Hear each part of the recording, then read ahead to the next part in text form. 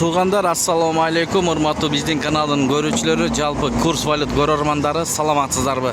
30 март 2026 жыл биз Бишкек шаары Моссоветтен сиздерге курс валютарды көргөзүп беребиз. Каналды колдоп, баягыдай эле бирден лайк басып, каналга катталбай көрүп аткан бир туугандар болсо, катталып көрүңүздөр.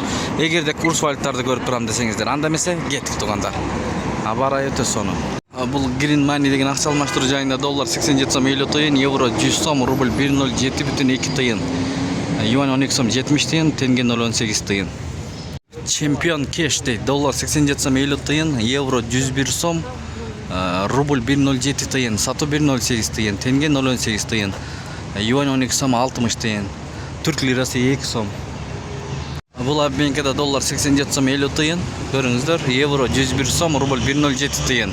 Эң төмөн рубль 1,07 тыйын экен туугандар, эң жогору 1,07,2 тыйын болуп атат.